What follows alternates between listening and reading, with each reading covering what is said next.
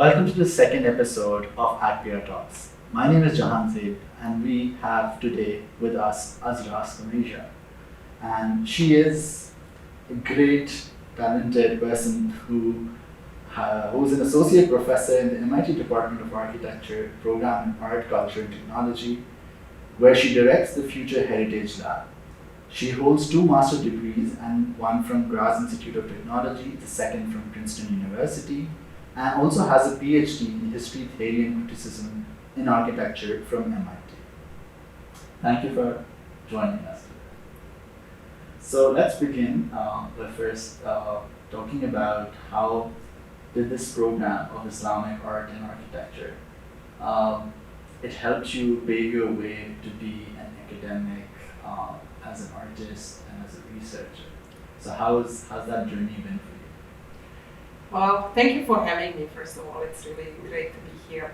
Well, it was quite an interesting journey, actually. I'm trained as an architect and I have been practicing in art parallel.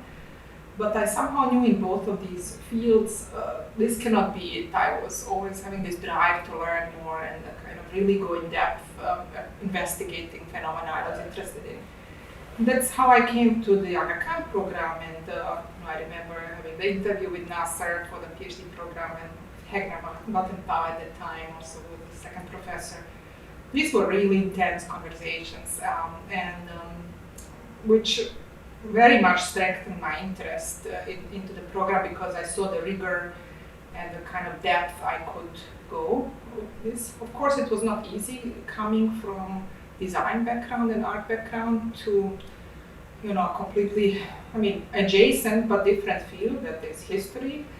And the program did an excellent job providing that depth. I had to kind of start from scratch in many cases. But there was enough flexibility, I would say, to still continue my artistic career, although, of course, I was always kind of pushed to focus my investigations into the PhD research. However, graduate studies at MIT allow you to cross disciplinary borders and take classes in different departments, so I was able to continue both, let's say. And over time, even though at times it was an obstacle, let's say, you didn't come to do art in a PhD program, you go there to do a research and a PhD. It was important for me to keep that part of myself, and I made it work through thematic focus, so that the one reinforced the other. So I would do, for example, research about history of mosques, and then I was creating these artistic forms of mosques and this exploration of Islamic representation.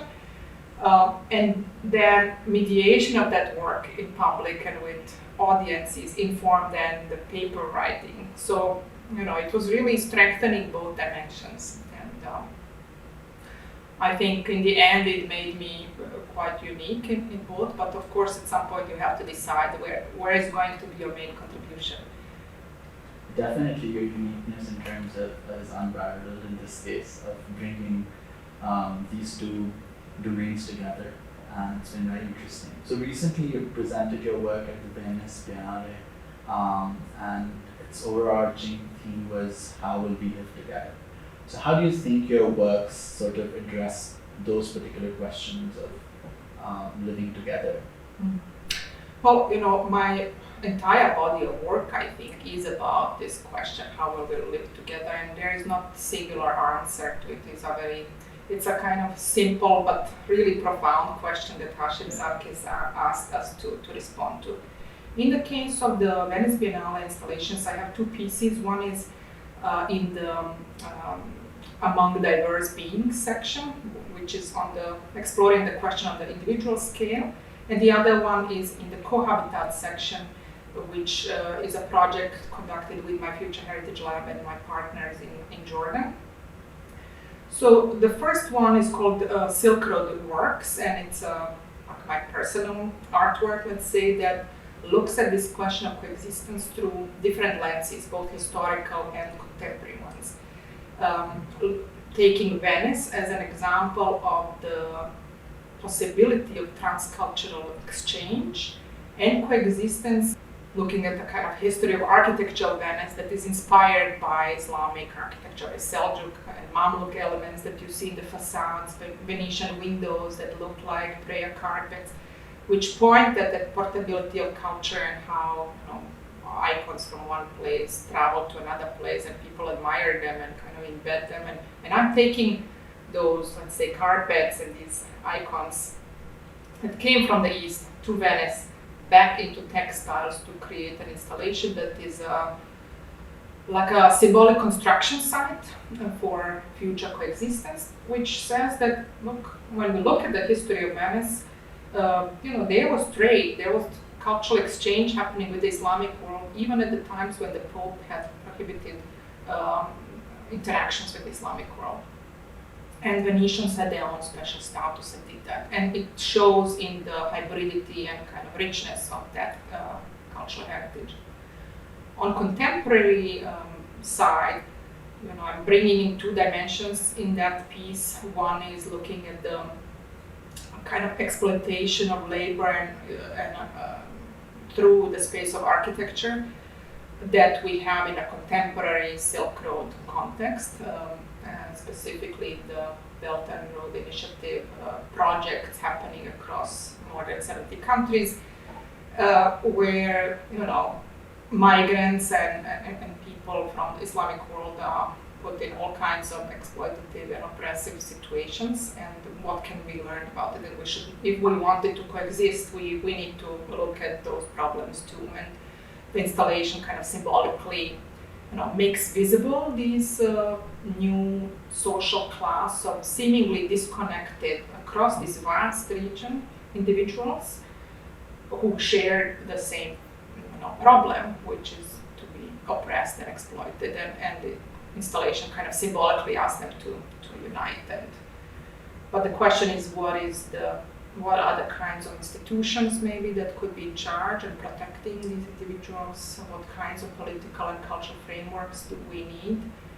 I put that more as an open question.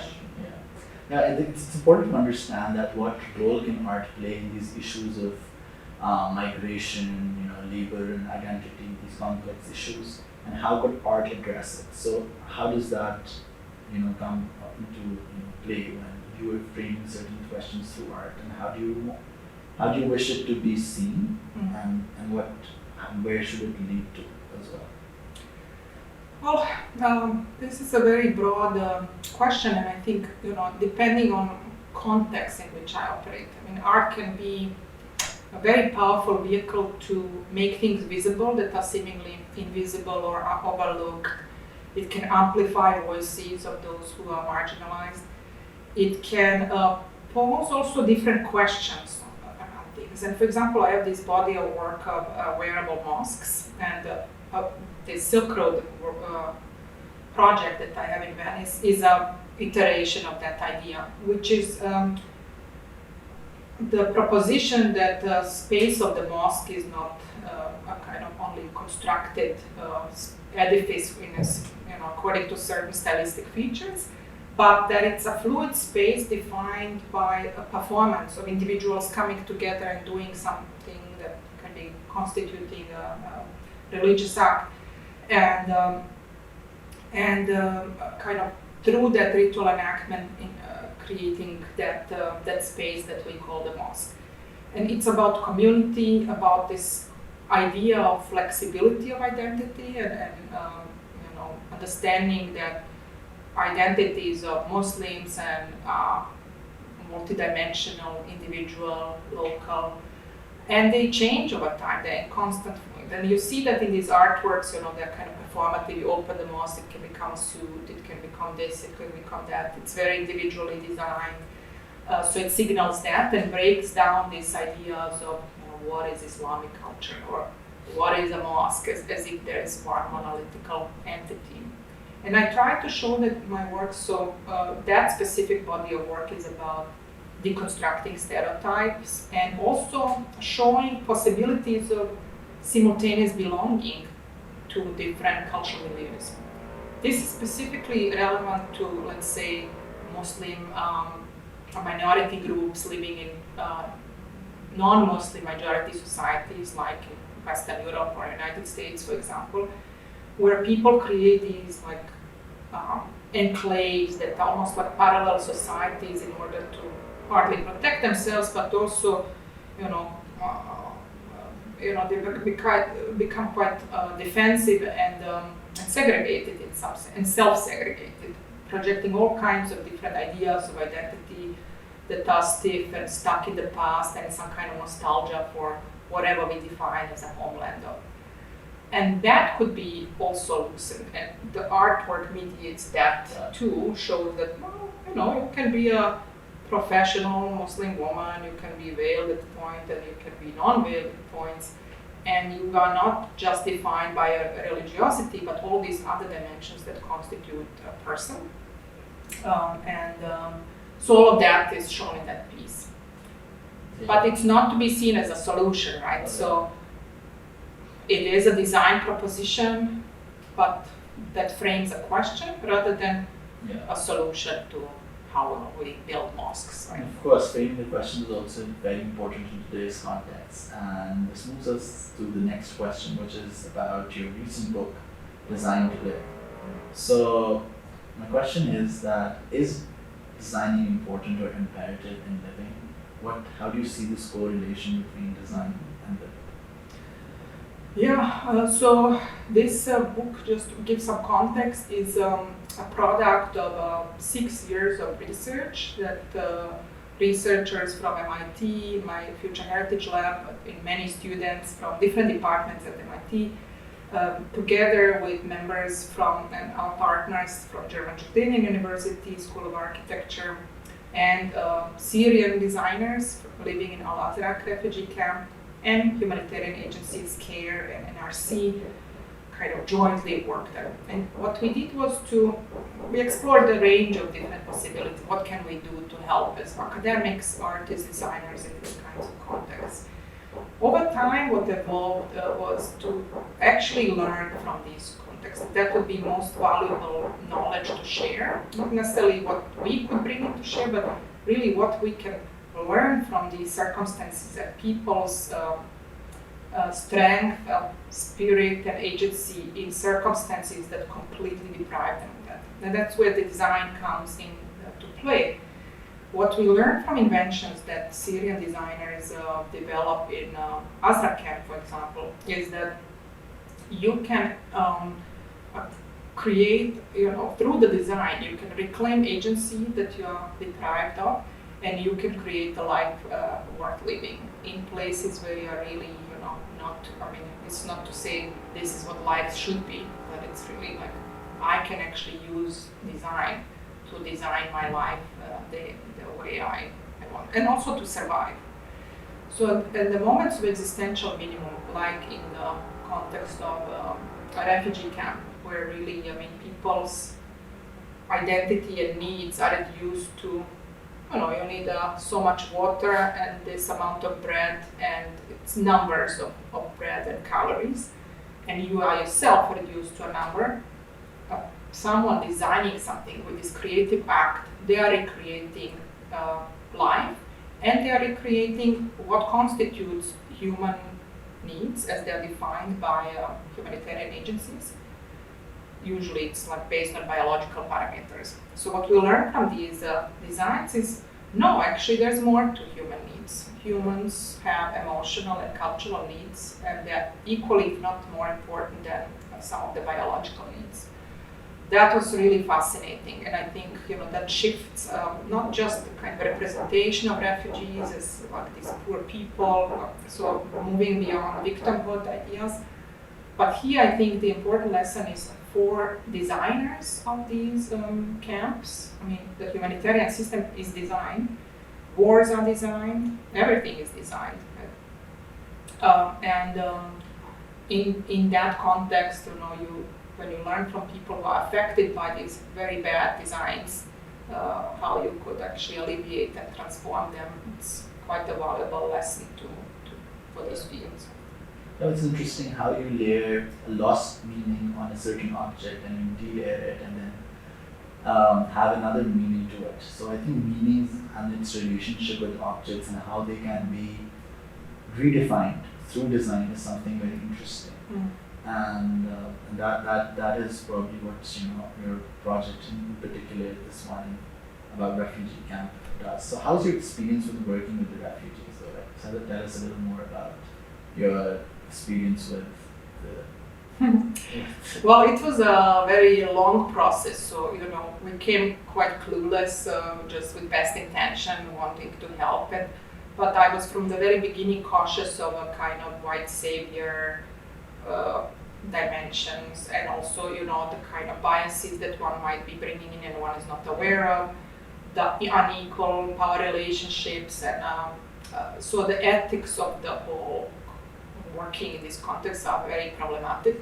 And it was extremely limiting for the first 2 years. That's all what we were debating, and we started a code of ethics project that included people from the camp, external researchers, humanitarians. That's when we realized, okay, you may have best intentions and you may be doing a lot of harm. How do we prevent that? But also we realized that there is no good way, like not to be naive, right? So the world is unjust with this. The fact that you can leave the camp and they cannot, it's a fact, and it's not a pleasant one. But shall we then not do anything, right? And look away. So that for me was then, okay, I acknowledge that there are ethical issues here, but we will still do something and at least use our that privileged position to do something with. What do you do with that privilege? And so one possibility was to say we can amplify these voices and share skills. Okay, I'm an artist, I can design this book very well and I can edit it. This guy is an excellent poet and this guy is amazing inventor. And so let's combine these skills across borders and across, that's what connected us. I was very surprised by the positive spirit and I don't know, so much fun we had. It's very weird to say, but it's like you enter, and for me it was very hard emotionally first months, just to you see this endless sea of shelters, and you realize the dimension and the endlessness of this catastrophe, and then you enter this sea of steel shelters, and you see these most amazing people who are, really fun, super energetic. Yes, many people also very depressed. But those who survive are so strong. I felt the most empowered ever in my life because I felt like we are doing something meaningful and there was this mutual, energy exchange of like enthusiasm to do something. So that was fantastic. But what is depressing, of course, when you zoom out, like, have you done enough? Can you really, what is the scale in which you can have impact? And that's always this lingering question of, ultimately, how much can you change? And some of the contributions that one can make are very unmeasurable, let's say, but are equally important. So that's still a kind of ongoing question in my mind when working in these fields. So that's something a difficult question to address in terms of you could try whatever it means that you are trying, well, definitely. But how do you handle questions of cultural appropriation with respect to your work? So how do you sort of answer to that particular aspects? So for example, with some of the heritage ideas, we like, okay, maybe this cultural lens could be something where we could work and introduce, but whose heritage are we talking about? And is it,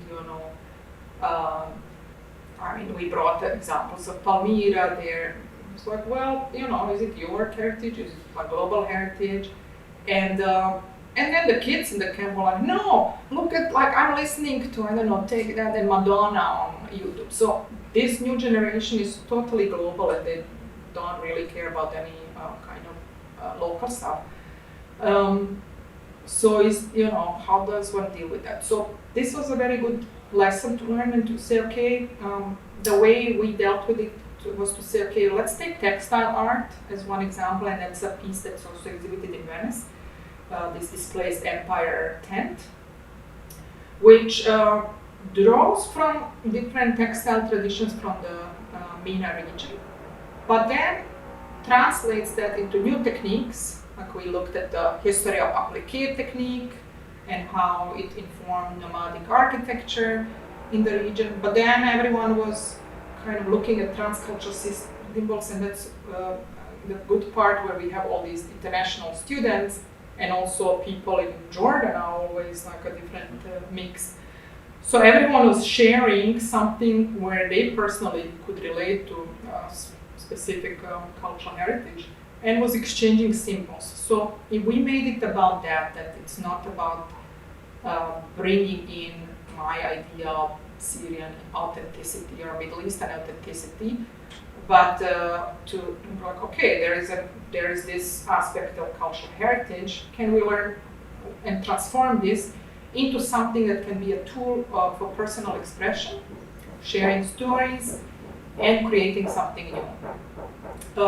So in that sense, I see it more what we have been doing as a transcultural exchange, right, rather than appropriation, because everyone was kind of designing for themselves. And plus, we are also not selling any of it, because it's different when, I don't know, a very rich fashion company would take an indigenous item and kind of make money off it and not give anything to the community, versus taking components of heritage as inspiration to create something and everyone does it from themselves, right? So, like I personally, for example, all these artworks, what's exhibited in Venice was not produced by refugees. It was produced by me and my team here as a reference to the work in the camp. And the work in the camp was produced by people in the camp for themselves and stayed with them. And those textile workshops we had in the Emirates stayed with the people in Emirates, right? So it was more like a vehicle to facilitate that exchange of ideas, but everyone is kind of altering it for themselves. That makes sense. So I see that within your work, textiles play a very central role in it, and I want to understand what's the affinity between your work and textiles. I mean, there's a temporal dimension to textiles which is conscious or was it just not. So I want to understand more about this affinity between the two. Well, I mean, there's some reasons are more banal, like I just like textiles and I can sew, so it's a craft that I can master and always have been fascinated. And I can embroider, knit, or do all these things that I was kind of trained as a child, even from my grandmothers on both ends. But the other part is, of course, the textile as an item of mobile culture and something that can be a transmitter of knowledge and ideas, and is fascinating to me because just look at the carpets and their history. What we call a kind of Bosnian carpet has all these roots, and the symbols are so interesting because you find them in Anatolia, but you find them in all the indigenous cultures' fabrics. And suddenly what you think is very Bosnian is also kind of Mexican and Colombian. So that's fascinating to me. So there's a certain transcendental type of iconography that also comes out of the techniques of making, but also meanings that people maybe around the world share and that we assign to these icons, like prayers, wishes, desires, or women who are weaving and wishing someone good luck for the birth of the child or to get married well. Or you find these common themes in carpets all around the world. And that's really fascinating to me because, especially with the work about coexistence, it becomes a tool for something where you can connect. You find a symbol and we share this thing. What does it mean in your context, right? This is how I'm using some of these bricks. You also work a lot with different scales. So, for example, you have an installation which is matrix, which is like humongous, and then you're working with prototypes of mosques over there, and then you're working on mukarnas, and then you're working on shingles in mosques. So this shift between scales, like how do you work with it? Which do you enjoy the most? Well, each have their own qualities. Like the smaller scale stuff with fabric, something that I can fully produce. I enjoy very much because there I can make all the decisions, even in the making process. I can fully control all aspects of the project. But of course, it's a smaller scale and it has its own radius of mediation. The larger scale projects like Memory Matrix involved also out of my desire to engage students in larger groups of people. How do we create something that where a lot of people can kind of make a contribution and think about? So here, I was thinking about what is then my artwork in this if so many people are working. So what I do is to almost like curating an exhibition. The artwork overall structure is an exhibition, but within that are mini artworks, like in Memory Matrix, that is little pixels that people design individually, and that's the authorship and their where they have control over that part.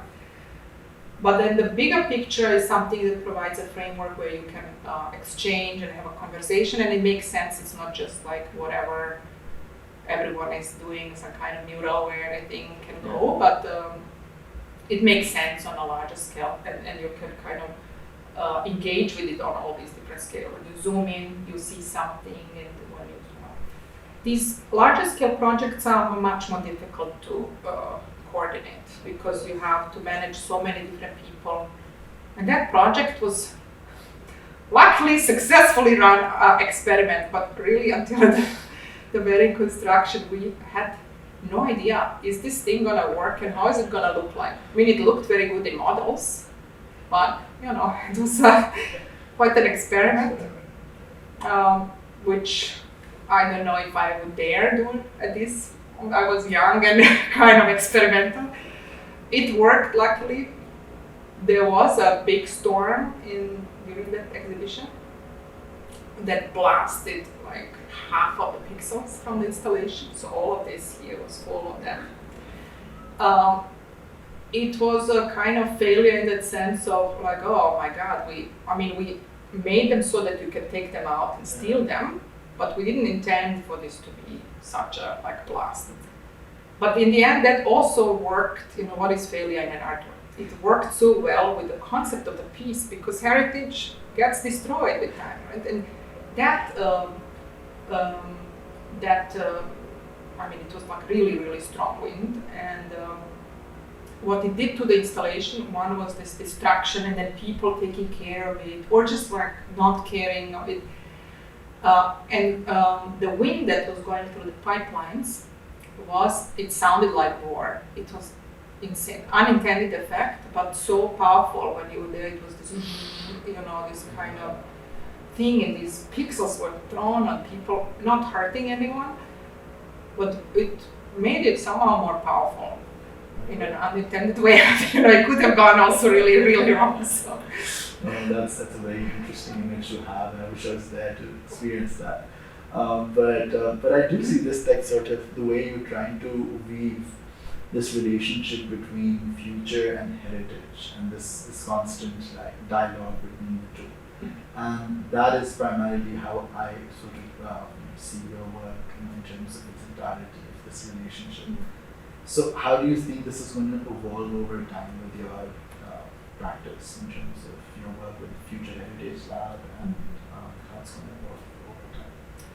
Well, I think one dimension in which it will evolve is in response to different crises that are coming upon us, especially in terms of climate crisis that is happening.